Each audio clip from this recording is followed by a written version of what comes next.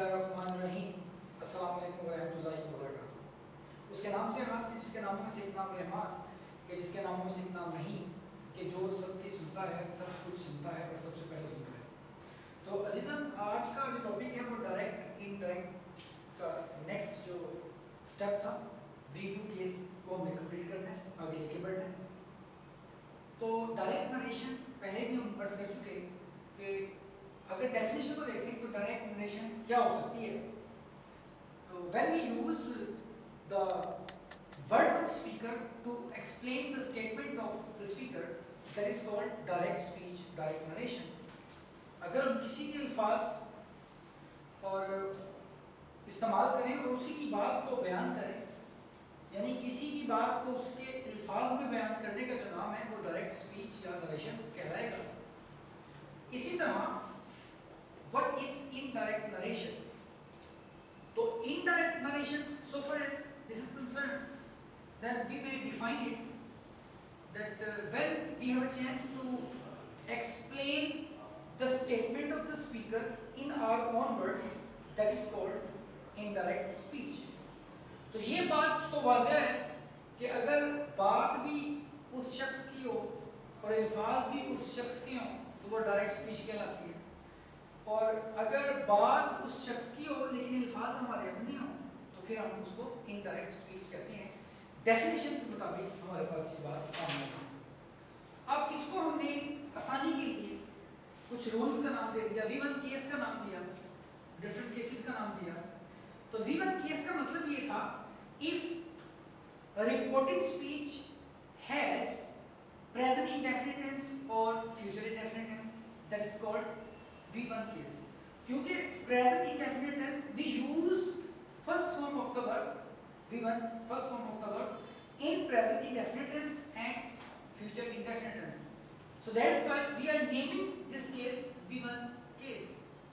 यानी हमें यह मालूम है कि जो डायरेक्ट नरेशन होगी उसके दो हिस्से होते हैं।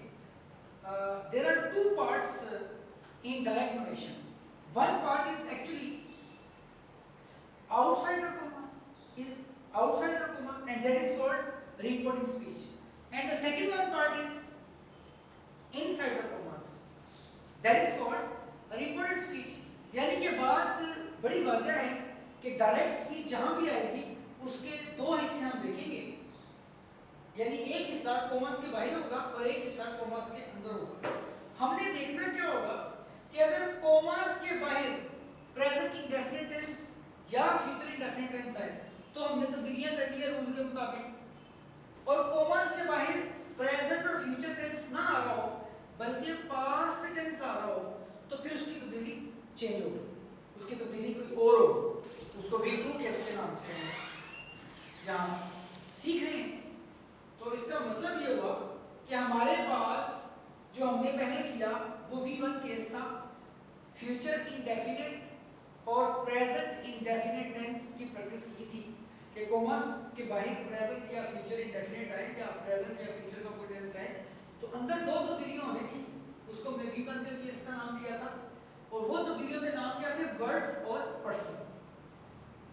अब वर्ड्स क्या हैं, हम ये पहले बयान कर चुके कि वर्ड्स जो थे उसमें नाउ आए तो देन कर दे, एगो आए तो बिफोर कर दे, दस आए तो सो कर दे, दिस आए तो दैट कर दे, हियर आए दियर कर दे, यानी टुनाइट आए दैट नाइट कर दे, टुडे आए दैट डे कर दे, यस्टरडे आए द लास्ट डे कर दे, द प्रीवियस डे कर दे, द अर्लियर डे कर दे, और टुमारो आए तो उसको द नेक्स्ट डे कर दे, द फॉलोइंग डे कर दे।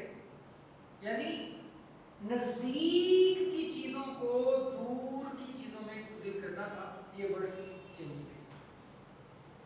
फिर हमारे पास पर्सन आया कि दूसरी तब्दीली पर्सन की थी जो हम पहले कर चुके।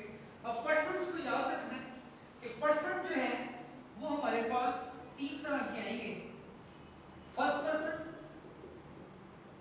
सेकंड पर्सन और थर्ड पर्सन। इसका मतलब ये है कि ग्रामर हमें ये बताती है कि पर्सन्स तीन होते हैं। पर्सन्स कितने होते हैं? तीन होते हैं। स्पीकिंग पर्सन, जो बात कर रहा हो उसको कहते हैं स्पीकिंग पर्सन।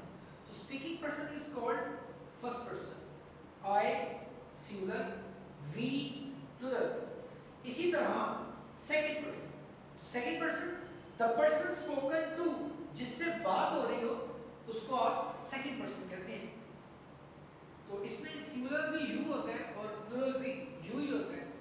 इसी तरह थर्ड पर्सन, तो थर्ड पर्सन क्या होता है? द पर्सन स्पोकन ऑफ, जिसकी बात हो रही हो उसको थर्ड पर्सन बोलते हैं। तो यहाँ ही, शी, इट कोई नेम आ जाए सिंगुलर कहलाएगा और दे आ जाए तो ये प्लूरल कहलाएगा। तो यहाँ पर्सन की तब्दीली और वर्ड्स की तब्दीली थी जब शुरू में V1 आए यानी प्रेजेंट या फ्यूचर का टेंस है। इसी तरह वर्ड को चेंज करना बताया और पर्सन आपके पास तीन आ गए। तो पर्सन को चेंज करने के लिए हमारे पास जो कायदा बना, जो हमने बनाया, जो सीखा आसानी के लिए, वो हमने ये देखा SON 1 2 3। ये आपके सामने लिखा S stands for subject of reporting speech, बाहर जो सब्जेक्ट होगा। L stands for object of reporting speech, जो कॉमर्स के बाहर ऑब्जेक्ट होगा। और N stands for, N से मुराद नो चेंज। अब 1 से मुराद क्या होगा? 1 जो है ये बता रहा है फर्स्ट पर्सन है, 2 से मुराद सेकंड पर्सन और 3 से मुराद थर्ड पर्सन। यानी अगर देखें तो I, we, you, he, she, it कोई नाम आ जाए या they, तो ये सिंगुलर और प्लूरल। यहाँ I singular first person, we plural first person, you singular second person, you plural second person, he, she, it या कोई नाम आ जाए Aslam, Asif singular third person, they plural third person. यहां तक हम पहले कर चुके, वो आज हमने रेपिटेशन भी की उसकी। V2 केस का स्टार्ट किया था हमने, तो V2 केस में हमने सारे प्रेजेंट के पास्ट में लेके जाने थे, वो हमने किया था। लेकिन ये बात याद रखनी है कि V2 का मतलब है कि पास्ट का कोई टेंस आ जाए। V2 का मतलब है if reporting speech has past tense then we make 3 changes, 2 are the same, the third one is tense. अगर V2 यानी पास्ट टेंस आ जाए रिपोर्टिंग में तो बेटा जान चेंजिंग तीन होगी। चेंजेस कितनी होगी? 3 होगी। वर्ड और पर्सन सेम है और टेंस चेंज होगा। तो टेंस चेंज हमने किस तरह सीखा था कि सारे प्रेजेंट के पास्ट में जाएंगे। अगर शुरू में ये आपके सामने एक मिसाल है, ये रिपोर्टिंग स्पीच में कॉमर्स के बाहर पास्ट टेंस आया, तो रिपोर्टेड स्पीच में प्रेजेंट इंडेफिनिट टेंस आया हुआ है, तो हमने प्रेजेंट इंडेफिनिट को पास्ट इंडेफिनिट में चेंज कर देना। बाहर पास्ट आ जाए, अंदर प्रेजेंट इंडेफिनिट आए कॉमर्स के अंदर रिपोर्टेड में, तो उसको पास्ट इंडेफिनिट में चेंज कर देना है।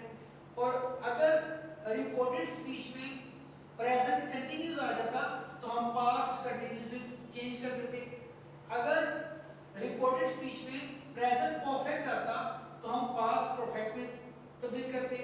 अगर रिपोर्टिंग में प्रेजेंट परफेक्ट कंटीन्यूअस आता तो हम उसको पास्ट परफेक्ट कंटीन्यूअस में तब्दील करते। यानी हमारे पास रिपोर्टिंग स्पीच में अगर पास्ट टेंस आए तो अजीजान हम अंदर सारे प्रेजेंट के टेंस पास्ट में चेंज कर देते।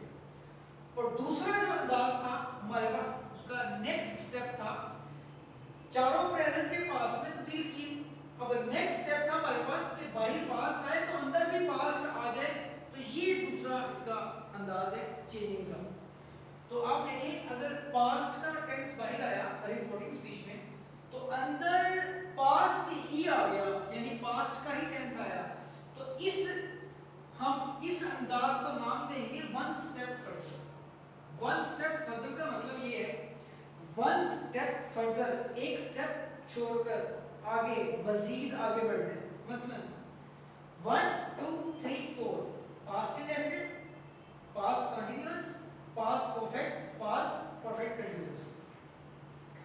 अगर तो पास्ट इंडेफिनिट आ जाए रिपोर्टेड में, जैसा कि ये पास्ट इंडेफिनिट ही आया है रिपोर्टेड में, बाहर भी पास्ट आ चुका, तो अंदर पास्ट इंडेफिनिट आ जाए तो हम उसको कहाँ ले जाएंगे, तब्दील करेंगे किस टेंस के मुताबिक, पास्ट परफेक्ट के मुताबिक तब्दील करेंगे।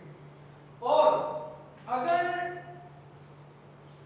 यहाँ रिपोर्टेड स्पीच में पास्ट कंटीन्यूअस टेंस आ जाता तो उसको हम किस तरह करते, हम उसको पास्ट परफेक्ट कंटीन्यूअस में करते।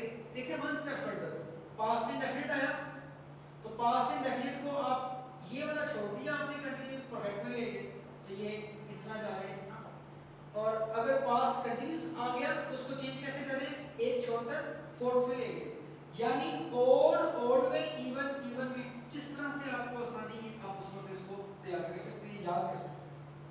अब यहाँ देखिए आपके पास एक मिसाल है, he said to me, यहाँ पास्ट टेंस आया और I helped you, यहाँ भी पास्ट टेंस आया और पास्ट इंडेफिनिट आया, पास्ट इंडेफिनिट आया।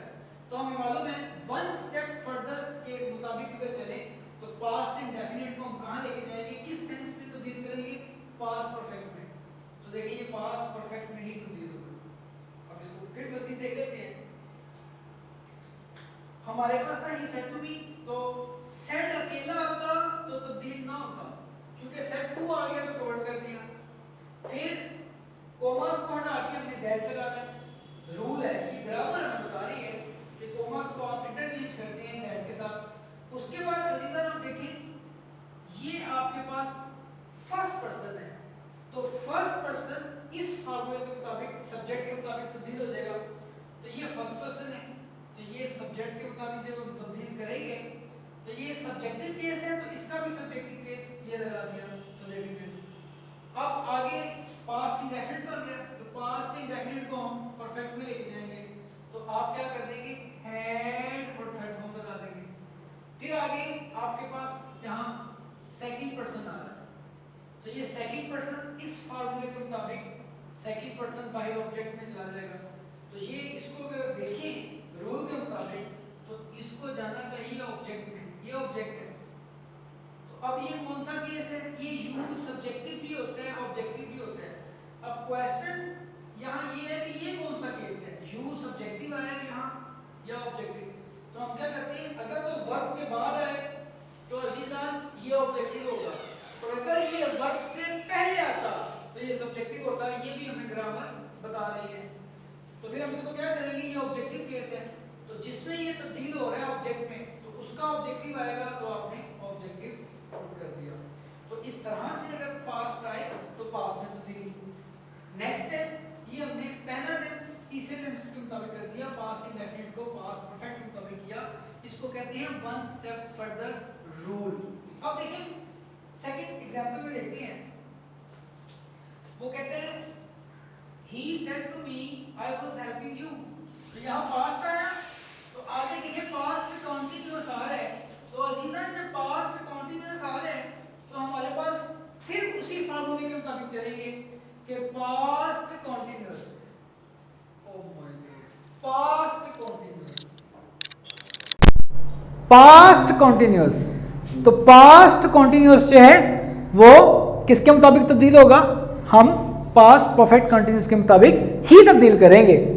तो अजीजान ये देखें यहाँ पास्ट टेंस था तो इसको आगे टेंस की तब्दीली करनी थी, तो यहाँ प्रेजेंट का कोई नहीं है, पास्ट का है, तो पास्ट का कंटीन्यूअस है तो इसलिए ये हैड बीन में इस्तेमाल हो जाएगा, चेंज हो जाएगा।